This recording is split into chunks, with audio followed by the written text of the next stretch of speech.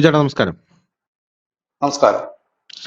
എസ്.ഡി.പി.ഐയുമായി ബന്ധപ്പെട്ട് ചടുലമായ നീക്കങ്ങളാണ് നമ്മുടെ രാജ്യത്ത് നടന്നുകൊണ്ടിരിക്കുന്നത്. ഉടനെ തന്നെ എസ്.ഡി.പി.ഐയെ നിരോധിക്കാനുള്ള പല നീക്കങ്ങളും നടക്കുന്നുണ്ട്. രാജ്യവ്യാപകമായിട്ടുള്ള റെയ്ഡ് എസ്.ഡി.പി.ഐയുമായി ബന്ധപ്പെട്ട് നടക്കുന്നുണ്ട്. പോരാത്തതിന് എസ്.ഡി.പി.ഐയിൽ പണിയെടുക്കുന്ന ഇതര മതസ്ഥരെയും പൊക്കി തുടങ്ങിയിട്ടുണ്ട്. രാജ്യവ്യാപകമായി അതിഭീകര റെയ്ഡ് നടക്കുമ്പോൾ കേരളത്തിലും വലിയ പ്രതിഷേധം നടക്കുന്നുണ്ട്. വലിയ പ്രതിഷേധം എന്ന് ഞാൻ പറഞ്ഞത് ഇൻ ദ സെൻസ് കഴിഞ്ഞ തവണ, അതായത് വഖഫുമായി ബന്ധപ്പെട്ട് എസ്.ഡി.പി.ഐയുടെ ഒരു പ്രതിഷേധം നമ്മുടെ മലപ്പുറത്ത് നടന്നിട്ടുണ്ടായിരുന്നു. പതിനായിരക്കണക്കിന് ജനങ്ങളാണ് ഇവർ തടിച്ചു കൂടിയത്. പോരാത്തതിന് അത് മാത്രമല്ല, നമ്മുടെ പൗരത്വ നിയമം വന്നപ്പോഴും എസ്.ഡി.പി.ഐയുടെ സോക്കോൾഡ് പ്രതിഷേധം നമ്മുടെ നാട്ടിൽ നടന്നിട്ടുണ്ടായിരുന്നു. അപ്പൊ പോപ്പുലർ ഫ്രണ്ടിന്റെ ഒരു ശക്തി കൂടെ അവർക്കുണ്ടെന്ന് പറയാം. അത് വലിയ പടുകൂറ്റൻ റാലികളൊക്കെയാണ് നടന്നത്. എങ്കിലും അത് കഴിഞ്ഞ ശേഷം ഈ മലപ്പുറത്ത് ഈ വഖഫുമായി ബന്ധപ്പെട്ട ഈ പ്രതിഷേധം നടന്നപ്പോൾ ആയിരക്കണക്കിന് ആൾക്കാർ തടിച്ചുകൂടിയ സ്ഥലത്ത് ഇപ്പോ എസ്.ഡി.പി.ഐ രാജ്യവുമായി റെയ്ഡുകൾ നടക്കുമ്പോൾ ഒരു 100-50 നമുക്ക് വിരലിലെണ്ണാവുന്ന ആൾക്കാർ മാത്രമാണ് അവിടെ തടിച്ചു കൂടുന്നത്.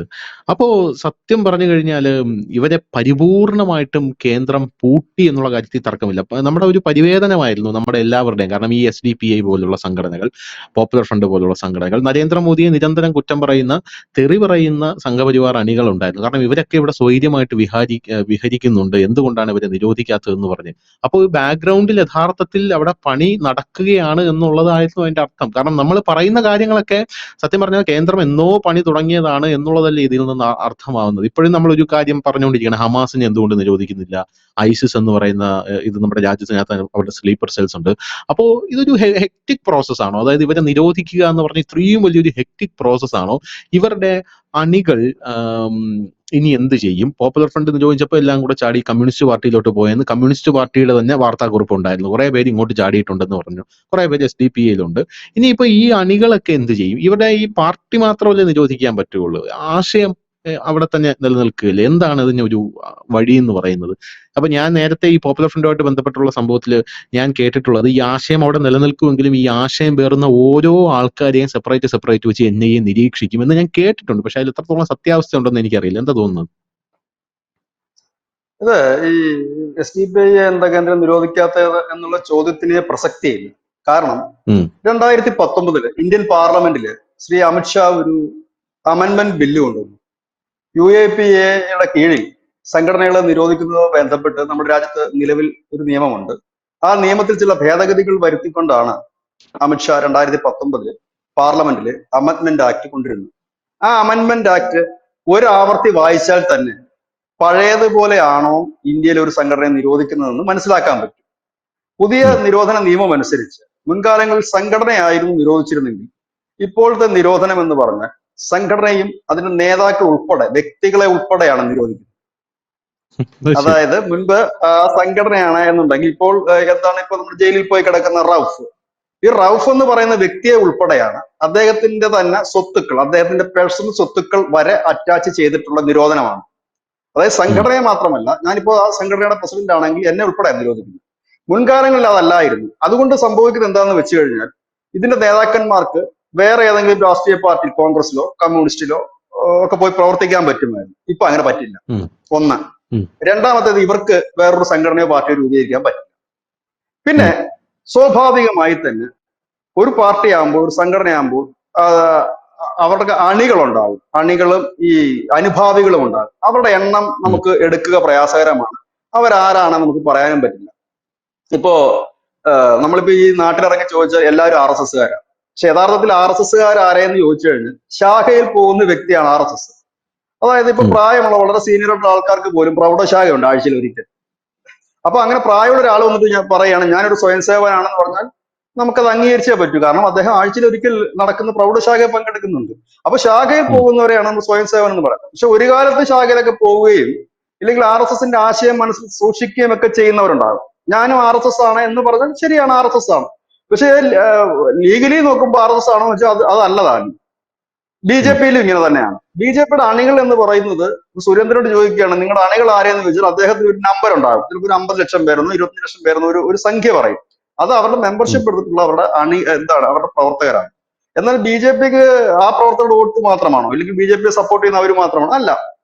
ഊരും പേരും അറിയാത്ത ഒരുപാട് പേര് അവർ വോട്ട് ചെയ്യുന്നുണ്ട്, പാർട്ടിക്കാർക്കൊന്നും അറിയാത്തവര്.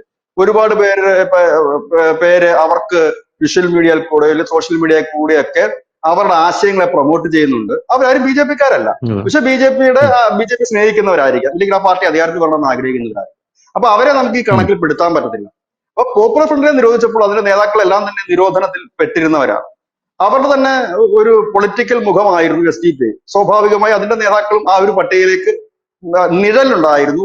അവരെ നിരോധിച്ചിട്ടില്ലായിരുന്നു, അവര് റഡാറിൽ തന്നെ ആയിരുന്നു. അപ്പൊ നമുക്കൊക്കെ അറിയാം സ്വാഭാവികമായി ഇത്തരത്തിലേക്കാണ്. അതുകൊണ്ടാണ് നമ്മൾ ഈ പോപ്പുലർ ഫ്രണ്ട് നിരോധിച്ചപ്പോൾ അതിന്റെ ഈ നാട്ടിലെ ഒരുവിധം അറിയാവുന്ന നേതാക്കന്മാരെയൊന്നും വേറെ രാഷ്ട്രീയ പാർട്ടി എടുക്കാനും, അനുഭാവികൾ അതിൽ നിന്ന് പോയി കഴിഞ്ഞാൽ നമുക്ക് അറിയാൻ പറ്റില്ല അത് പോപ്പുലർ ഫ്രണ്ടുകാരാണ് അല്ലെന്നൊന്നും അറിയാൻ പറ്റത്തില്ല. അവൻ നാളെ പറയുകയാണ് എനിക്ക് പോപ്പുലർ ഫ്രണ്ടുമായിട്ട് ബന്ധമില്ല എന്ന് പറഞ്ഞാൽ അത്രേ ഉള്ളൂ. അപ്പൊ ഇതാണ് അതിനകത്ത് ഒരു വലിയ വിഷയം. പക്ഷെ ഇപ്പോഴും അതും പിടുത്തം വീഴുന്നു എന്നുള്ളതാണ് ഈ അനുഭാവികളെ. കാരണം എന്താ വെച്ചാൽ ഈ അനുഭാവികൾ അടങ്ങിയിരിക്കത്തില്ലല്ലോ, അവരെവിടെ പോയാലും. അവർ ഈ ഫേസ്ബുക്കിലും മറ്റുള്ളിടത്തും ഒക്കെ നിന്നിട്ട് വലിയ ശക്തമായ രീതിയിലുള്ള ഒരു മോണിറ്ററിംഗ് ആണ് നമ്മുടെ രാജ്യത്ത് നടക്കുന്നത്. അതായത് ഒരുപക്ഷെ ഈ പോപ്പുലർ ഫ്രണ്ടുകാരോ ഇല്ലെങ്കിൽ മറ്റ് ആളുകളോ വിചാരിക്കുന്നതൊക്കെ വളരെ നിസ്സാരമായിട്ടല്ല നമ്മുടെ നിയമവും ഈ നിരോധനവും അതിനെ തുടർന്ന് അന്വേഷണ ഏജൻസികളും മുമ്പോട്ട് പോകുന്നത്. ഒരു കോള് പോലും കൃത്യമായി തന്നെ മോണിറ്റൈസ് ചെയ്യുന്നുണ്ട് എന്നുള്ളതാണ്. പോപ്പുലർ ഫ്രണ്ടുകാരുടെ നേതാക്കന്മാർക്ക് ഇത് കൃത്യമായിട്ട് അറിയാം. അണികൾക്ക് അവരത് പറഞ്ഞു കൊടുത്തിട്ടില്ലെങ്കിൽ പോലും അവർക്ക് കൃത്യമായിട്ട് അറിയാം ഈ കാര്യങ്ങളെല്ലാം തന്നെ. ഇല്ലെങ്കിൽ ഈ ഗൾഫിൽ നിന്നൊക്കെ പൈസ ഇവർക്ക് സഹായിച്ചവരുടെ ഒക്കെ ലിസ്റ്റ് എടുത്ത് ഇവിടെ വെക്കണമെന്നുണ്ടെങ്കിൽ കൃത്യമായി എത്ര വർഷം ആ സംഘടനയുടെ പുറകിൽ നടന്ന് അന്വേഷിച്ച് കണ്ടെത്തിയ കാര്യമായിരിക്കും, അല്ലെ? ഈ ഒരു കാലത്ത് നമ്മുടെ നാട്ടില് ഒരുപാട് ഈ കറുപ്പ് പെയിന്റ് അടിച്ച ചില പെട്ടിക്കടകൾ ഒരുപാട് വന്നു, ചായ വിൽക്കുന്ന കടകൾ ഒരുപാടുണ്ടാകും, കറുപ്പും മഞ്ഞയും കറുപ്പും ഒക്കെ. ഒരൊറ്റ കട കാണുന്നില്ലല്ലോ. എത്രയോ ആ പോപ്പുലർ നിരോധനത്തോടു കൂടി കടകളെല്ലാം അപ്രത്യക്ഷമാകുകയാണ് ചെയ്തത്. അപ്പൊ എന്താ സംഭവം എന്ന് വെച്ചാൽ അവർക്ക് നന്നായിട്ട് അറിയാം നിരോധനം വരുമ്പോ. പക്ഷെ ഈ ഇത്തവണത്തെ ഒരു ചെറിയ പണി പാളിയത് എവിടെയെന്ന് വെച്ചാൽ ഇത്തവണത്തെ നിരോധനം ഇത്ര കട്ടിക്ക് വരുമെന്ന് അവർ അറിഞ്ഞില്ല. ചെവി അറിയാതെ മുമ്പൊക്കെ എന്ന് പറഞ്ഞാല് ഡൽഹിയിൽ നിന്ന് ഒരു പ്രഖ്യാപനം വരും, ഇന്ന സംഘടനയെ നിരോധിച്ചിരിക്കുന്നു എന്നുള്ളത്. അപ്പോഴത്തേക്കും ഇവിടെ നിന്ന് സംഘടനയുടെ നേതാക്കന്മാരും കാര്യങ്ങളൊക്കെ മാറ്റേണ്ട സാധനങ്ങളെല്ലാം മാറ്റാൻ പറ്റും. തൽക്കാലം അവർ ഒളിവിലേക്ക് പോകാൻ പറ്റും. അങ്ങനെ ഒരുപാട് സാധ്യതകൾ ഉണ്ടായിരുന്നെങ്കിൽ ഇപ്പോഴങ്ങനെയല്ല. ഇതുങ്ങളെല്ലാം കൂടെ പൊക്കി അകത്തിട്ടതിന് ശേഷം എല്ലാം അകത്തിട്ടതിന് ശേഷം വെളുപ്പാങ്കാലം ആകുമ്പോൾ ഒരു മെസ്സേജ് വരും, പോപ്പുലർ ഫ്രണ്ടിനെ നിരോധിച്ചു. പോപ്പുലർ ഫ്രണ്ടിനെ നിരോധിച്ചു എപ്പോഴാണ് നമ്മൾ അറിഞ്ഞത്? രാത്രി 2 മണിക്കാണ് ഇതിന്റെ റെയ്ഡ് തുടങ്ങുന്നത്. രാത്രി 2 മണിക്ക്. പുലർച്ചെ ഒരു 3:30-4 മണിയായപ്പോഴത്തേനും എല്ലാത്തിനും കൂടെ തൂത്തുവാരി എത്തേണ്ടടുത്ത് എത്തിച്ചു. 4:30-5 മണിയായി കഴിഞ്ഞപ്പോഴത്തേനുമാണ് നാഷണൽ ചാനൽസ് ഒക്കെ വാർത്ത ബ്രേക്ക് ചെയ്യുന്നത്, പോപ്പുലർ ഫ്രണ്ടിനെ നിരോധിച്ചു. അപ്പോഴത്തേനും ഇവിടുത്തെ സാധാ പോപ്പുലർ ഫ്രണ്ടുകാരൊക്കെ നേതാക്കന്മാരെ വിളിക്കുമ്പോൾ എല്ലാം തീഹാറിലെത്തി. ചിലരൊക്കെ ഓൺ ദ വേയിലായിരുന്നു, ഡൽഹിയിലേക്കും ബീഹാറിലേക്കും ഒക്കെ ഉള്ള. അപ്പൊ അതേ രീതിയിലാണ് ഇപ്പൊ നമ്മുടെ പോകുന്നത്. ഇപ്പോ SDP-യുടെ നേതാവിനെ പിടിച്ചു, എന്താണ് MK ഫൈസിയെ. ഫൈസിക്ക് 12 തവണ ED നോട്ടീസ് കൊടുത്തു. അദ്ദേഹം ഒരിക്കൽ പോലും ഹാജരായിരുന്നില്ല. അതായത് ഒരു രാജ്യത്തെ ഒരു നിയമ സംവിധാനത്തെ വെല്ലുവിളിച്ചുകൊണ്ട് 12 നോട്ടീസ് കൊടുത്തിട്ടും ഹാജരാകുന്നില്ല എന്ന രീതിയിലേക്ക് എത്തിയപ്പോൾ ഒരുപക്ഷെ അദ്ദേഹം ഭയന്നിട്ടായിരിക്കും ഹാജരാകാൻ. ഞാൻ ഹാജരാകാൻ ചെല്ലുമ്പോഴെങ്ങാണ് എന്നെ അറസ്റ്റ് ചെയ്താലോ. അപ്പൊ ദില്ലി കേന്ദ്രമാക്കി പ്രവർത്തിക്കുന്ന ഒരു നേതാവായിരുന്നു MK ഫൈസി. അദ്ദേഹത്തിന് ഹിന്ദി ഉൾപ്പെടെ പല ഭാഷകളും അറിയാം. അപ്പൊ അദ്ദേഹത്തെ ED അറസ്റ്റ് ചെയ്യുകയാണ് ചെയ്തത് വിമാനത്താവളത്തിൽ വെച്ച്. പക്ഷെ ഇപ്പൊ പോപ്പുലർ ഫ്രണ്ടുകാർ ചിലപ്പോൾ അടിച്ചിറക്കുന്നത് ED നോട്ടീസ് ഒന്ന് വിളിപ്പിച്ചിട്ട് പോയതാണ്. അല്ല, അവരത് ആ കുറ്റപത്രത്തിൽ എടുത്തു പറയുന്നുണ്ട്, ഞങ്ങൾ 12 തവണ നോട്ടീസ് കൊടുത്തിട്ട് വന്നിട്ടില്ല. അപ്പം ഇങ്ങനെയാണ് അതിന്റെ കാര്യങ്ങൾ പോകുന്നത്. ഇത് വളരെ പെട്ടെന്നായി പോയി. ഇന്നലെ അദ്ദേഹത്തെ പിടിക്കുന്നു. പിടിച്ചതിന് തൊട്ട് പിന്നാലെ ഇന്ന് നമ്മൾ രാവിലെ കണ്ണും തിരുമ്പി നോക്കുമ്പോൾ കാണുന്ന വാർത്ത മലപ്പുറത്ത് റെയ്ഡ്. ഫസ്റ്റ് നമ്മൾ കേൾക്കുന്നത് മലപ്പുറത്താണോ റെയ്ഡ് നോക്കുമ്പോഴേക്ക് തിരുവനന്തപുരത്ത് റെയ്ഡ് നടക്കുന്നു, സ്റ്റേറ്റ് കമ്മിറ്റി ഓഫീസ് റെയ്ഡ് നടക്കുന്നു പറഞ്ഞു. തിരുവനന്തപുരത്ത് റെയ്ഡിന്റെ കഥ വരുമ്പോൾ നാഷണൽ ലെവലിൽ നിന്നുള്ള നമുക്കുള്ള സോഴ്സിൽ നിന്നുള്ള വാർത്തകൾ വരുന്നു. നിസാമുദ്ദീൻ ബെസ്റ്റാണ് ഇവരുടെ ഡൽഹിയിലെ ഓഫീസ്, SDP-യുടെ. അവിടെ റെയ്ഡ് നടക്കുന്നു, ഇവിടെ റെയ്ഡ് നടക്കുന്നു, ജയ്പൂർ നടക്കും, താനെ നടക്കുന്നു, അങ്ങനെ ചറപറ വാർത്തയായി. ഇപ്പൊ ലാസ്റ്റ് കേൾക്കുന്ന 14 ഇടങ്ങളിലെങ്ങാണ്ട് അറിഞ്ഞു. ഇതിന്റെ ഇടയ്ക്ക് കുറെ റെയ്ഡുകളും കൂടെ നടക്കുന്നുണ്ട്. ഇതിന്റെ ഇടയ്ക്ക് ഇവരുടെ ചില നേതാക്കന്മാരുടെ വീടുകളിൽ റെയ്ഡ് നടക്കുന്നുണ്ട്. അതിന്റെ ഒന്നും ഡീറ്റെയിൽസ് കിട്ടിയിട്ടില്ല. എനിക്ക് തോന്നുന്നത് ഈ NIA ED ഒക്കെ ഈ റെയ്ഡൊക്കെ കഴിഞ്ഞിട്ട് അവരൊരു പത്രക്കുറിപ്പ് ഇറക്കാറുണ്ട്, ഞങ്ങൾ ഇന്ന സ്ഥലങ്ങളിലൊക്കെ റെയ്ഡ് നടത്തിയെന്ന്. അപ്പൊ ഇതുവരെ റെയ്ഡുകളൊന്നും തീർന്നിട്ടില്ല. തീർന്നു കഴിയുമ്പോൾ ഒരു വ്യക്തമായ ചിത്രം കിട്ടും. എനിക്ക് തോന്നുന്നു വൈകുന്നേരത്തോടെ നാളത്തെ കൂടി ഒരു പത്രക്കുറിപ്പ് ഇടുമ്പോഴേ നമുക്ക് അതിന്റെ ഒരു യഥാർത്ഥ പിക്ചർ കിട്ടും. അപ്പൊ ഏതായാലും ഇവര് ഇപ്പോൾ ചെയ്തത്, ഇവരൊരു വലിയ കലാപത്തിന് ഒരു തിരികൊളുത്താൻ ശ്രമിക്കുകയാണ്. ഈ പോപ്പുലർ ഫ്രണ്ട് നിരോധിച്ചിട്ട് 2.5 വർഷമായിട്ട് ഇവർ അനങ്ങാതിരിക്കുകയാണ്. ഈ അനങ്ങാതിരിക്കുക എന്ന് പറഞ്ഞു കഴിഞ്ഞാൽ തന്നെ ഇതെല്ലാം കേന്ദ്രം മോണിറ്റർ ചെയ്യുന്നുണ്ട്. ഇവർ ഇന്ത്യയിൽ ഉൾപ്പെടെ എല്ലായിടത്തും ഈ SDP ശക്തിപ്പെടുത്തിക്കൊണ്ടിരിക്കുകയായിരുന്നു ഇവർ. ഇത് നമുക്കറിയാവുന്നു. പോപ്പുലർ ഫ്രണ്ട് നിരോധിച്ചപ്പോഴേ നമുക്കറിയാം SDP ശക്തമാകും. കാരണം അവർക്ക് വളരെ എല്ലാവർക്കും അറിയാവുന്ന കാര്യമാണ്. നമുക്ക് ഇത്തരം കാര്യങ്ങൾ അറിയുമ്പോൾ സ്വാഭാവികമായ റോയെ പോലെയുള്ള അല്ലെങ്കിൽ ആർമി ഇന്റലിജൻസിനെ പോലെയുള്ള NIA പോലുള്ള ഏജൻസികളുടെ പണി തന്നെ ഇതായി കണ്ടെത്തുക എന്നുള്ളത്. നമ്മൾ ഇടയ്ക്ക് ഫ്രീ ആകുമ്പോഴല്ലേ ഇതിനെ കുറിച്ച് ചിന്തിക്കുന്നത്. അവർ ഫുൾ ടൈം ഇതിനെ കുറിച്ച് ചിന്തിച്ചുകൊണ്ടിരിക്കുന്നവരാണ്. അപ്പൊ അങ്ങനെ വന്നു കഴിഞ്ഞപ്പോൾ ശക്തമാകുന്നു. അവർക്ക് കിട്ടിയ ഒരു വലിയ അവസരമായിരുന്നു ഈ വഖഫ് ബോർഡുമായി ബന്ധപ്പെട്ട് വഖഫ് ഭേദഗതി ബില്ല്. ആ ബില്ലിനെതിരെ മുസ്ലിങ്ങളെ അണിനിരത്തുക എന്നുള്ളത്. ആ വലിയ ഇതിനകത്ത് വിരോധാഭാസം എന്ന് പറഞ്ഞാൽ കുറെ അധികം മുസ്ലിം സംഘടനകൾ ഈ വഖഫ് ഭേദഗതി ബില്ലിനെ അനുകൂലിക്കുന്നുണ്ട്. അപ്പം ആ ഒരു സാഹചര്യത്തിൽ ഇവര് മുസ്ലിം ലീഗ് പോലും അത്രയും വലിയൊരു പ്രക്ഷോഭത്തിലേക്ക് പോകാൻ തയ്യാറെടുക്കാത്തപ്പോൾ ഇവര് അത് ഏറ്റെടുത്തുകൊണ്ട് കൊല്ലത്തും മലപ്പുറത്തും പടുകൂറ്റൻ പ്രകടനമാണ് നടത്തിയത്. പണ്ടും ഇവരുടെ പ്രകടനമാണ് ഇവരെ ആപ്പിലാക്കുന്നത്. ഇവർക്ക് ആവേശം അല്പം കൂടുതലാണ്. അതാണ് ഇവരുടെ ഒന്നാമത്തെ ഒരു പ്രശ്നമായിട്ട് എനിക്ക് തോന്നിയിട്ടുള്ളത്. പക്ഷെ ഇത്തവണ കുന്തിരിക്കത്തിന്റെ മുദ്രാവാക്യമൊന്നും അവർ വിളിച്ചില്ല. കുന്തിരിക്കത്തിന്റെ മുദ്രാവാക്യമൊന്നും വിളിച്ചില്ല. അതുപോലെ നമ്മളെ കണക്കുള്ളവരൊക്കെ ഇടയ്ക്കിടയ്ക്ക് ഫോൺ ചെയ്യാനൊക്കെ തുടങ്ങിയിട്ടുണ്ട്. മുമ്പ് പോപ്പുലർ ഫ്രണ്ടിന്റെ സ്ഥിരം ഫോൺ ഉണ്ടായിരുന്നു. ഇപ്പൊ അങ്ങനെ ഇടയ്ക്കിടയ്ക്ക് ഫോണിംഗ് ഒക്കെ ഉണ്ട്. ഇപ്പൊ ഫോൺ ചെയ്തിട്ട് നിങ്ങളാ പറഞ്ഞത് ശരിയാണോ എന്നൊക്കെ ഉള്ള പഴയ അത്രയും ധാർഷ്ട്യമൊന്നും ഇല്ല. അപ്പൊ ഇതിനകത്ത് ഇതെല്ലാം മോണിറ്ററിങ് ചെയ്തുകൊണ്ട് പോകുന്ന കാര്യങ്ങളാണ് ഇതൊക്കെ. അപ്പോ ഇതേ ലെവലിൽ വീണ്ടും തലവൊക്കി കഴിഞ്ഞപ്പോഴത്തേക്ക് കൃത്യമായി. കാരണം ഇത്രയും വലിയ 2.5 വർഷക്കാലം കൊണ്ട് അവർക്ക് ഇത്രയും വലിയൊരു ജനക്കൂട്ടത്തെ സംഘടിപ്പിച്ചുകൊണ്ട് മലപ്പുറത്തും കൊല്ലത്തും ഒക്കെ പടുകൂറ്റ പ്രകടനം നടത്താൻ പറ്റിയെങ്കിൽ അവരുടെ സംഘടനാ സംവിധാനം ഇപ്പോഴും സജീവമാണ്. NIA കണക്കനുസരിച്ച് 13,000 പോപ്പുലർ ഫ്രണ്ടിന്റെ പ്രവർത്തകർ സജീവമാണെന്ന് അവരുടെ കണക്കിൽ തന്നെ ഉണ്ട്. അപ്പം അവരെ ഉൾപ്പെടെ വെച്ചുകൊണ്ടാണ് ഈ ഒരു കാര്യങ്ങൾ നടക്കുന്നത്. കാരണം ഇത്രയും പേരെ ഒന്നും കൊണ്ടുപോയി ഇടാൻ നമ്മുടെ രാജ്യത്ത് ജയിലൊന്നും ഇല്ല ധനുഷ്. അതാണ് പ്രധാന പ്രശ്നം. ഇല്ലെങ്കിൽ വല്ല സ്കൂളൊക്കെ വാടക എടുത്തിട്ടോ വല്ല സ്റ്റേഡിയം വാടക എടുത്തിട്ടോ കൊണ്ടിടേണ്ടി വരും. അപ്പൊ അതിനകത്ത് ഏറ്റവും തലപ്പത്തുള്ളവരെ തന്നെയാണ് കൊണ്ടുപോകുന്നത്. താഴോട്ടുള്ളവരൊക്കെ വിടുന്നത് എന്തുകൊണ്ടാണെന്ന് വെച്ചാൽ മറ്റേ അവിടെ എവിടെയെങ്കിലൊക്കെ വേക്കൻസി വരുമ്പോഴാണ് ഇതിൽ നിന്ന് 5 പിടിച്ചോണ്ട് പോകുന്നത്. ഇപ്പൊ എവിടെയൊക്കെ എനിക്ക് തോന്നുന്നു തീഹാറിലോ പട്ടിയാല ജയിലിലൊക്കെ ചിലപ്പോൾ വേക്കൻസി വന്നു കാണും. കുറെ സീറ്റ് ഒഴിവുണ്ടെന്ന് അവിടെ നിന്ന് വിളിച്ച് പറയും. എന്നാൽ ശരി ഇപ്പൊ കുറെ STPക്കാരെ കൊണ്ടുവരാമെന്ന് പറഞ്ഞ് വരും. വന്നിട്ട് ഇവിടുന്ന് ഒരു 10-15 പേർക്ക് കൊണ്ടുപോകുന്നു, അവിടെ ഇടുന്നു. പിന്നെ അടുത്ത വേക്കൻസി വരുമ്പോൾ അടുത്തവരെ ഇതായിരിക്കണം എന്നാണ് എനിക്ക് തോന്നുന്നത്. അപ്പം ഏതായാലും അതേ രീതിയിൽ ഈ പ്രകടനം നടക്കുന്നതിന് തൊട്ടു പിന്നാലെ തന്നെയാണ് ഇത് വരുന്നത്. വന്നതിന് ശേഷം എനിക്ക് മനസ്സിലാകാൻ പറ്റാത്തൊരു കാര്യം, ഇത് 2 കാര്യങ്ങൾ. ഈ പോപ്പുലർ ഫ്രണ്ടിന്റെ ആ ഒരു ധൈര്യവും പവറാണ്. അവർ പറയുന്നത് ഞങ്ങൾ ഇവരെ ഇല്ലാതാക്കും എന്നൊക്കെ പറയുന്നുണ്ട്. നമ്മുടെ വീട്ടിലേക്കുള്ള വഴി അവർക്ക് അറിയാമെന്ന് പറയുന്നത്, കൊന്നുകളയും എന്ന് പറഞ്ഞാൽ തിന്നുകളയും, ഇതെല്ലാം ഇവർ പറയുന്നുണ്ട്. പറയുമ്പോൾ 2 സംഭവങ്ങൾ ഞാൻ പറയാം. പോപ്പുലർ ഫ്രണ്ട് നിരോധിക്കുന്നതിന് മുമ്പ് അതിനെ കൂടുതൽ അപകടത്തിലേക്ക് ചാടിച്ചത് ഈ പോപ്പുലർ ഫ്രണ്ടുകാർ തന്നെ. കാരണം അന്നും ഇതുപോലെ ED റെയ്ഡുകൾ ഉണ്ടായിരുന്നു. ED റെയ്ഡിന് വരുമ്പോൾ ഇവരെല്ലാം കൂടെ സംഘടിച്ച് വന്നിട്ട് ED ഉദ്യോഗസ്ഥന്മാരെ തടയുക. ഒന്ന് ആലോചിക്കേണ്ടതാണ്, ED എന്ന് പറഞ്ഞാൽ ജുഡീഷ്യൽ പവറുള്ള ഒരു ഏജൻസിയാണ്. അല്ലാതെ നമ്മുടെ പോലീസിനെ പോലെയോ CBI പോലെ അല്ല. ജുഡീഷ്യൽ പവറുള്ളവരാണ്, ഏജൻസിയാണ്. NIA പോലെയോ അല്ല. അപ്പം ആ ജുഡീഷ്യൽ പവറുള്ള ഒരു ഏജൻസിയാണ് തടഞ്ഞിട്ട് നിങ്ങളെ കൊന്നുകളയും പൊക്കോ എന്ന് പറഞ്ഞിട്ട് നമ്മുടെ ചാനലുകളൊക്കെ ഹൈപ്പ് ഉണ്ടാക്കി, പോപ്പുലർ ഫ്രണ്ടിന് ഹൈപ്പ് ഉണ്ടാക്കി കൊടുക്കാൻ വേണ്ടി ലൈവും കൊടുക്കുക. അത് അതിലും വലിയ പൊട്ടം ഹൈപ്പ് കൊടുക്കുക, ലോകം മുഴുവൻ കാണിച്ചുകൊണ്ടിരിക്കുക. അപ്പൊ ഇത് ഓരോ സ്ഥലത്ത് ഈ വാർത്ത ചെല്ലുമ്പോഴെന്താണ്, കൊടും ഭീകരന്മാര് ED തടയുന്നു, അതും ഈ ഇന്ത്യ മഹാരാജ്യത്ത് പബ്ലിക്കായിട്ട്. അതായത് അവിടെ റഡാറിൽ കിടക്കുന്നതാണ് ഇവന്മാർ ഏത് സമയം റാഞ്ചാൻ വേണ്ടിയിട്ടാണ് അവർ നോക്കിക്കൊണ്ടിരിക്കുന്നത്. അപ്പോഴാണ് ഇവിടെ ഈ ഗോഷ്ഠികളൊക്കെ കാണിക്കുന്നത്. അതിനുശേഷം നിരന്തരം വെല്ലുവിളികളാണ് ഇവിടെ. അതായത് ഈ മറ്റേ ഒസാമ ബിൻ ലാദനൊക്കെ AK-47 അടുത്തൊക്കെ വെല്ലുവിളിക്കുന്നതൊക്കെയാണ് വെല്ലുവിളിയും കാര്യങ്ങളൊക്കെ. ഇതേ രീതിയിൽ എല്ലായിടത്തും പോയിക്കൊണ്ടിരുന്നു. എന്തു പറ്റി? ആ നിരോധിച്ച രാത്രി നേരം പുലരാൻ നേരത്ത് ഈ ഭീമാപ്പള്ളി ആ പരിസരത്തൊക്കെ പോപ്പുലർ ഫ്രണ്ട് ശക്തി കേന്ദ്രങ്ങളിൽ റെയ്ഡ് ഉണ്ടായിരുന്നു. ഈ NIA CRPF ജമാർ ഉൾപ്പെടെയുള്ള റെയ്ഡ്. ആ റെയ്ഡ് നടക്കുന്ന അവസരത്തിൽ ആ റെയ്ഡ് നടന്ന് വരുമ്പോൾ നമ്മൾ അറിഞ്ഞ കാര്യമാണ്. റെയ്ഡ് നടന്ന് വരുമ്പോൾ ഇതേപോലെ തന്നെ ജനക്കൂട്ടം കൊത്തുവന്നു. കൂടി വന്നപ്പോൾ ഈ റെയ്ഡ് നടത്തിയ കൂട്ടത്തിൽ ഒരു മലയാളി ഉദ്യോഗസ്ഥൻ ഉണ്ടായിരുന്നാ പറയുന്നത്.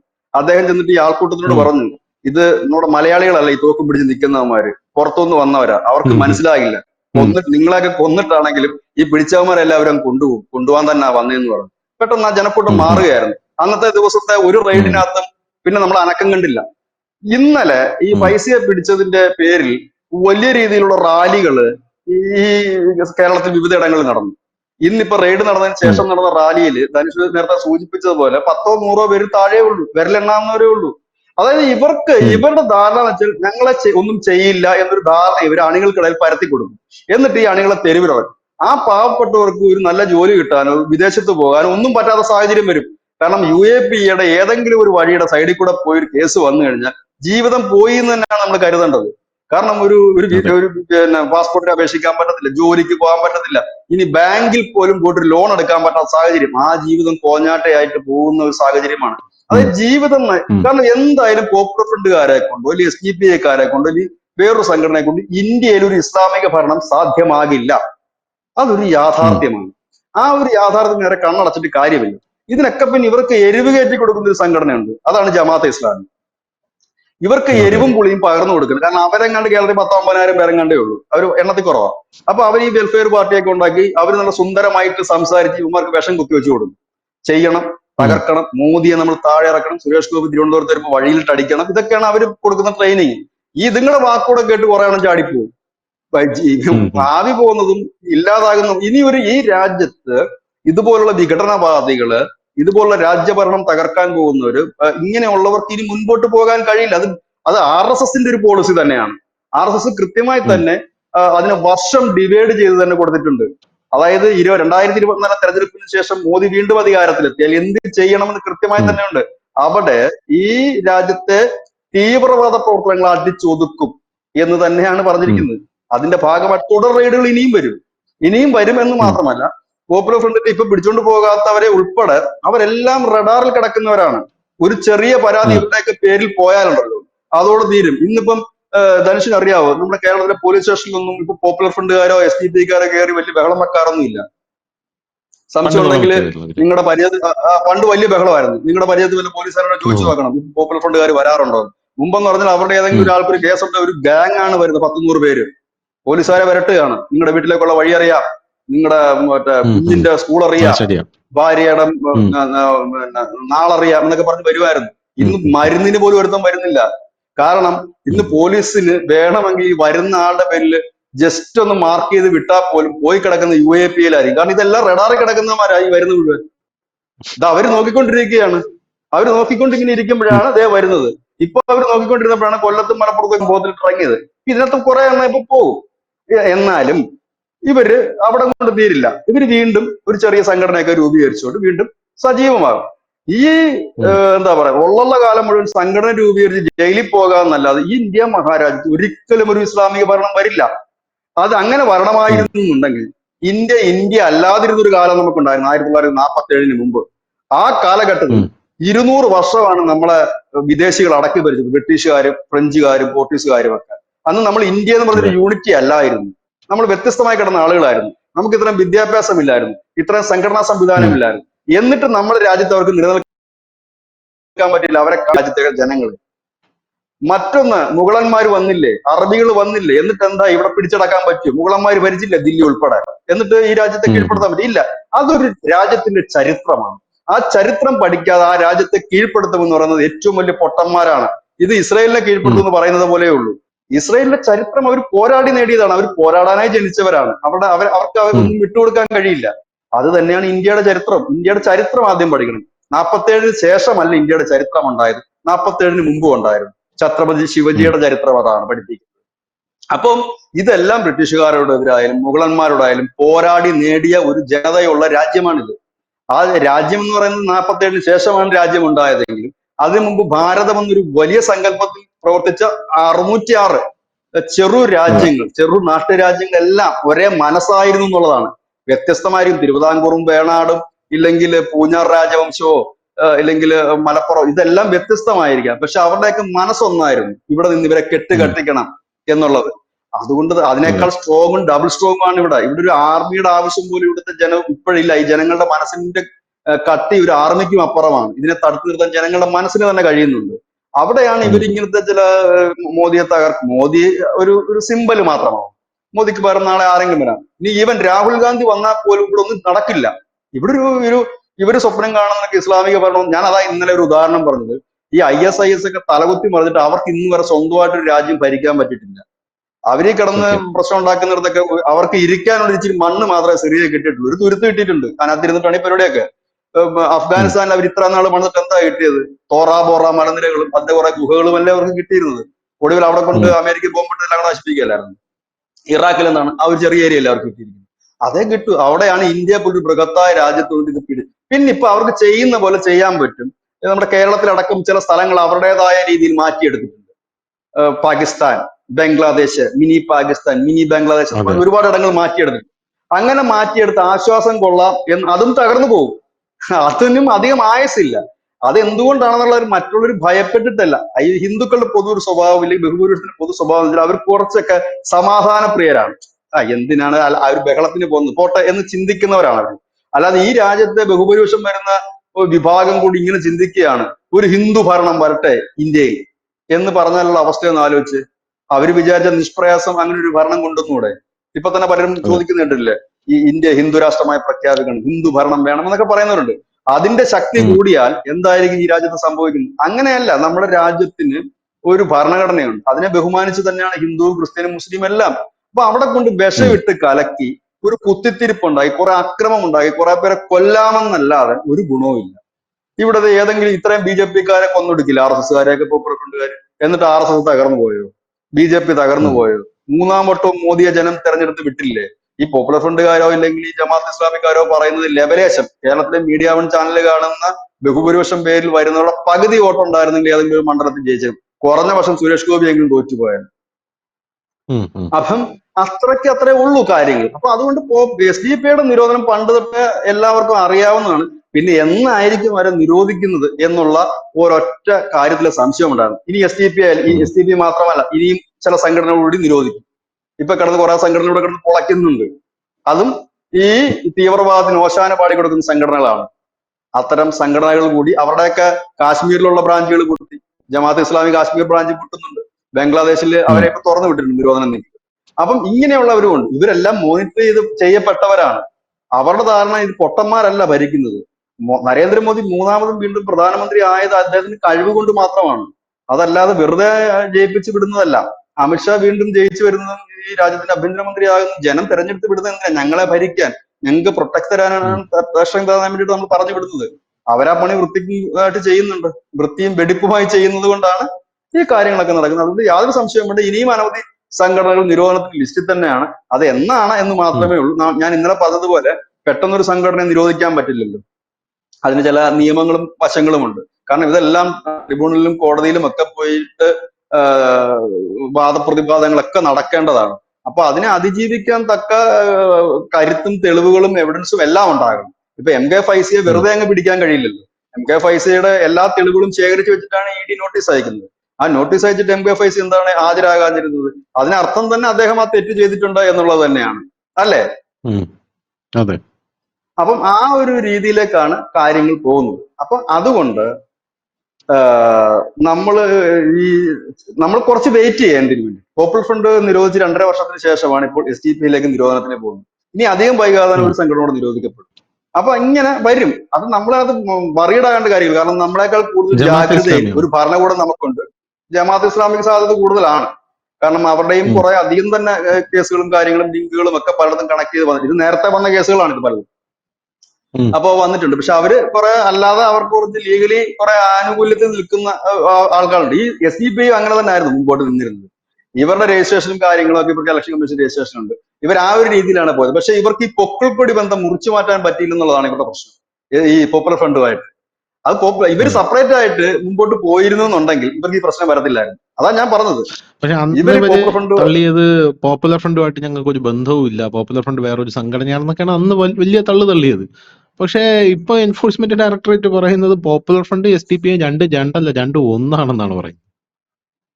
അല്ല, അതാ ഞാൻ പറഞ്ഞത്. ഈ ഇവർക്ക് പറ്റിപ്പോയ അബദ്ധങ്ങൾ അതാണ്. ഇനിയിപ്പോ അവർക്ക് അത് പറ്റില്ല. ഇവരിനിപ്പോ അടുത്തത് ഉണ്ടാക്കുമ്പോൾ ഇതുമായിട്ടൊന്നും ബന്ധമില്ലാത്ത ഒന്നായിരിക്കും ഇവർ ഉണ്ടാക്കുന്നത്. പക്ഷെ ഇത് ചെന്ന് ചേരുന്ന അങ്ങോട്ടാണ്, അതാണ് പ്രശ്നം. ഈ ഫണ്ടിന്റെ കാര്യത്തിലായാലും മറ്റ് ഇവർക്ക് വേണ്ടിയിട്ടുള്ള ഹെൽപ്പ് കൊടുക്കുന്ന കാര്യത്തിലൊക്കെ ആയാലും ഇവരുടെ ഹെൽപ്പായി ഇവർ വാങ്ങുന്നത്. അല്ലാതെ വേറെ ഒന്നും പുതിയ ഹെൽപ്പ് ഒന്നും കിട്ടാൻ സാധ്യതയില്ലല്ലോ. ഇതാണ് അവരുടെ പ്രശ്നം. ഇവര് ആദ്യം രക്ഷപ്പെട്ട് ധനിച്ച് പറഞ്ഞൊരു കാര്യത്തിലായിരുന്നു, പോപ്പുലർ ഫ്രണ്ടുമായിട്ട് ബന്ധമില്ല എന്നുള്ള കാര്യത്തിലായിരുന്നു. പരിപൂർണമായിട്ടും ഒറ്റപ്പെട്ടു ചേട്ടാ. ഇനിയിപ്പോ ഇവര് ഏത് സംഘടനയായിട്ട് രംഗത്ത് വന്നാലും ഇവര് പരിപൂർണമായിട്ട് ഒറ്റപ്പെട്ടിരിക്കുകയാണ്. നമുക്ക് ഇപ്പൊ ഒരു സുഡാപ്പിയെ നമുക്ക് കണ്ടാൽ അറിയാമോ സുഡാപ്പിയാണെന്ന്. അത് സംസാരം കേട്ടാലറിയാം നമുക്ക് സുഡാപ്പിയാണ്. ഇപ്പൊ ബിജുവേട്ടൻ പറഞ്ഞില്ലേ പോപ്പുലർ ഫ്രണ്ടുകാർ വിളിക്കുന്നു എന്ന്. അന്ന് എന്നോട് ഒരു കാര്യം പറഞ്ഞിട്ട്, വിഷ്ണു നായർ, ദാമോദരൻ നമ്പൂതിരി എന്നൊക്കെ പേരിൽ വിളിക്കുന്നു എന്നൊക്കെ പറയുന്നുണ്ടല്ലോ. അപ്പൊ അത് കേട്ടാൽ നമുക്കറിയാം. ഇപ്പൊ സോഷ്യൽ മീഡിയയിലുണ്ടല്ലോ ദാമോദരൻ നമ്പൂതിരി, വിഷ്ണു നായർ എന്നൊക്കെ പറഞ്ഞ് കുറെ എണ്ണം ഉണ്ട് ഈ കമന്റ് ഇടാനായിട്ടൊക്കെ. ഇപ്പൊ മറ്റേ ഈ റംദാൻ മാസം അയ്യപ്പൻ നായർ റംദാൻ മാസം തുടങ്ങിയപ്പോ തന്നെ ഇപ്പൊ ഇതുപോലുള്ള അക്കൗണ്ടുകളിൽ നിന്ന് ഞാൻ ശ്രദ്ധിക്കുന്നുണ്ട്. ഞാൻ എപ്പോഴും സോഷ്യൽ മീഡിയ നോക്കുന്ന ഒരാളാണ്. അപ്പൊ ഞാൻ ശ്രദ്ധിക്കുന്നുണ്ട് ഈ മലപ്പുറത്ത് നോമ്പ് ആയിട്ട് എനിക്ക് പോയിട്ട് അവിടെ ഭക്ഷണം കിട്ടിയില്ല എന്നൊക്കെ പറഞ്ഞുകൊണ്ടേ. കണ്ടാലറിയാം ഇതൊരു ഫാബ്രിക്കേറ്റഡ് ആയിട്ടുള്ള ഒരു പോസ്റ്റ് ആണ്. ചാടി പിടിക്കണം എല്ലാവരും. അതാണ് ഉദ്ദേശം എന്ന് പറയുന്നത്. കിട്ടിയില്ല, നിങ്ങളൊക്കെ എവിടെ എന്നൊക്കെ പറഞ്ഞ് ഭയങ്കര ഒരു രീതിയിൽ ഇവര് കംപ്ലീറ്റ് ആയിട്ട് സമ്പൂർണ്ണമായിട്ട് അവരങ്ങ് ഒറ്റപ്പെട്ടു. പോപ്പുലർ ഫ്രണ്ട് ആയിരുന്നാലും ശരി, SDP ആയിരുന്നാലും ശരി, ജമാഅത്തെ ഇസ്ലാമി ആയിരുന്നാലും ശരി, എല്ലാവരും സമ്പൂർണ്ണമായിട്ട് ഒറ്റപ്പെട്ടെന്ന് മാത്രമല്ല ഒരേ തൂവൽ പക്ഷികളായിട്ട് ജനങ്ങൾക്ക് ഇന്ന് ഇവരെ മനസ്സിലായി എന്നുള്ളതാണ് പ്രധാനപ്പെട്ട ഒരു കാര്യം. ജനങ്ങൾക്ക് ഇന്ന് ഇവിടെ കൃത്യമായിട്ട് മനസ്സിലായിട്ടുണ്ട്. അതുകൊണ്ട് തന്നെ ഇവരെ നിരോധിക്കാനും എളുപ്പമാണ്, ഇവരിനി വേറൊരു വേഷം കെട്ടി വന്നാൽ തിരിച്ചറിയാനും എളുപ്പമാണെന്നാണ് എനിക്കില്ലായിരിക്കും ഇവരെ കണ്ടുപിടി. ഇപ്പൊ പോപ്പുലർ അല്ല ഫ്രണ്ട് തന്നെ ഈ ഇത്ര നാൾ ഇപ്പൊ നിരോധിച്ചിട്ട് ഇപ്പൊ ഈ റെയ്ഡ് നടത്തും. വേറെ ഏതെങ്കിലും രാഷ്ട്രീയ പാർട്ടിയുടെ റെയ്ഡ് ആയിരുന്നെങ്കിൽ എത്ര പേര് ഇപ്പൊ പ്രതികരണമായിട്ട് രംഗത്തെത്തിയാണ്? മോശമായി പോയി, കേന്ദ്രത്തിന്റെ ഫാസിസം, കേന്ദ്രത്തിന്റെ പോക്കൃത്തരം എന്നൊക്കെ പറഞ്ഞു വരുമായിരുന്നു. ഇപ്പൊ കരയാൻ അവര് മാത്രമേ ഉള്ളൂ. ഇത്രേ ഉള്ളൂ അവരുടെ പിന്തുണ. ഈ രാജ്യത്ത് അവർക്കുള്ള പിന്തുണ അത്രേ ഉള്ളൂ. പോപ്പുലർ ഫ്രണ്ട് പോപ്പുലർ ഫ്രണ്ടുകാരെ പിടിച്ചോണ്ട് പോയിട്ട് ഇന്ന് വരെ പോപ്പുലർ ഫ്രണ്ടുകാർക്ക് വേണ്ടിയിട്ട് ഏതെങ്കിലും ഒരു രാഷ്ട്രീയ പാർട്ടിക്കാർ ഏതെങ്കിലും ഒരു പ്രസ്താവന നടന്നു കേട്ടിട്ടുണ്ടോ? ഒരാളും ഇല്ല. എന്നാൽ ഈ സഖാക്കളൊക്കെ വലിയ കട്ടയ്ക്ക് എപ്പോഴും കൂടെ നിൽക്കുന്നവരാ. ഞാനതാ പറഞ്ഞത്, ഇവരെ എരിവ് കയറ്റി ചാട്ട കയറ്റി വിടാൻ ആളുണ്ട്. പെട്ട് കഴിഞ്ഞാൽ പിന്നെ ആരും കാണത്തില്ല. ഇപ്പോഴത്തെ ഒരു സഖാവിന് ഇപ്പൊ അത് പറയണ്ട, മിണ്ടത്തേ ഇല്ല. അത്രേ ഉള്ളൂ. ഇന്നും ആരുമില്ല, പ്രതികരിക്കാൻ ആരുമില്ല. അവരുടെ നേതാവിനെ അറസ്റ്റ് ചെയ്തിട്ട് പ്രതികരിക്കാൻ ആളില്ല. ഇവര് പറയുന്നത് കേട്ടാത്തൊന്നും ഈ രാജ്യത്തെ ബുദ്ധിജീവികൾ, സാഹിത്യകാരന്മാർ, പിന്നെ ബഹുഭൂരിപക്ഷം വരുന്ന ദളിത് പിന്നോക്ക വിഭാഗങ്ങൾ എല്ലാം ഞങ്ങളോടൊപ്പമാണ്, ഞങ്ങൾ മുമ്പിട്ടിറങ്ങിയാൽ അവരും പുറകോട്ട് വരുമെന്ന്. അവര് മാത്രമേ ഉള്ളൂ. അന്നും അവര് മാത്രമേ ഉണ്ടാകുന്നുള്ളൂ ജയിലിൽ പോവാൻ. ഇന്നും അവര് മാത്രമേ ഉള്ളൂ ജയിലിൽ പോവാൻ. നാളെയും അത്രയും തന്നെ ഉണ്ടാകുള്ളൂ. ആരാൾ പോലും സ്റ്റേറ്റ്മെന്റ് പോലും ഞാൻ കണ്ടിട്ടില്ല ഓൾ ഇന്ത്യ ലെവലില്. OWC പോലും നടത്തിയിട്ടില്ല എന്നുള്ളതാണ്. അത് ശരിയാ. OWC ഇതിലൊക്കെ സാധാരണ ചാടി പിടിക്കുന്ന ഒരാളാ. OWC പോലും അർത്ഥം ഇവരാരും ശ്രദ്ധിക്കുന്നില്ല എന്നുള്ളതാണ്. എന്തായാലും പോപ്പുലർ ഫ്രണ്ടിന്റെ നിരോധനം അതിലേക്ക് ഓരോ സ്റ്റെപ്പ് ബൈ സ്റ്റെപ്പായിട്ട് നീങ്ങിക്കൊണ്ടിരിക്കുകയാണ്. അണികളെല്ലാം പേടിച്ചരണ്ടിരിക്കുകയാണ് എന്നുള്ള കാര്യത്തിൽ തർക്കമില്ല. അതിന്റെ ഏറ്റവും വലിയ ഉദാഹരണമാണല്ലോ അവിടെ പ്രതിഷേധിച്ച് വിളിച്ചപ്പോൾ പോലും ഇപ്പോൾ ഒരാൾ ഇറങ്ങി വരാൻ തയ്യാറായില്ല. മിക്കവർക്കും അവര് പറഞ്ഞ് കാണുന്നത്, അയ്യോ എനിക്ക് കുടുംബവും കുട്ടികളൊക്കെ ഉണ്ട്, ഞാൻ മാനം മര്യാദയ്ക്ക് ഇവിടെ ജീവിച്ചോട്ടെ എന്നുള്ള രീതിയിലായിരിക്കും പറയുന്നത്. നേരത്തെ ഒരു സത്യം പറഞ്ഞ ഇവിടെ കുറെ നാളായി ബംഗാളികൾ താമസിക്കുന്നുണ്ട്. അവർക്ക് പോലും മനസ്സിലായി, ഇല്ല ചേട്ടാ ഞാൻ വരില്ല എന്നായിരിക്കും ബംഗാളികൾ പറയുന്നത്. സാധാരണ പോപ്പുലർ ഫ്രണ്ടിന്റെ ഈ പ്രതിഷേധങ്ങൾക്കൊക്കെ കൂടുതൽ നമുക്ക് ബംഗാളികളെ കാണാൻ സാധിക്കും. ഈ മുസ്ലിം ബംഗാളികളുണ്ടല്ലോ, ബംഗാളികളാണോ ബംഗ്ലാദേശികളാണോ എന്ന് എനിക്കറിയില്ല. അല്ല ധനുഷ, വേറെ കാര്യങ്ങളുണ്ട്. ഇപ്പൊ ബംഗാളികളെ ഇവന്മാർ അടുപ്പിക്കത്തില്ല. കാരണം പണ്ട് ഈ ബംഗാളികളായിട്ടൊക്കെ വന്നത് NIA-കാരാണെന്നാ പറയുന്നത്. ഇവർ വിളിച്ചോണ്ട് പോയി ബംഗാളികളൊക്കെ പ്രേരണത്തൊക്കെ വിളിച്ചോണ്ട് പോയതൊക്കെ NIA-കാരായിരുന്നു. അതുകൊണ്ട് ബംഗാളികളെ കാണുന്ന ചെറിയ പേടിയായിരുന്നു. ഈ ബംഗാളിയെ വിളിച്ചുകൊണ്ട് പോയിട്ട് പോപ്പുലർ ഫ്രണ്ടിന്റെ തലമൂത്ത നേതാക്കന്മാരെല്ലാം അവരുടെ രഹസ്യ താക്കോലുകൾ ഏൽപ്പിക്കുക, ഇതാണ് നമ്മുടെ സങ്കേതം എന്ന് പറഞ്ഞ് പരിചയപ്പെടുത്തുക.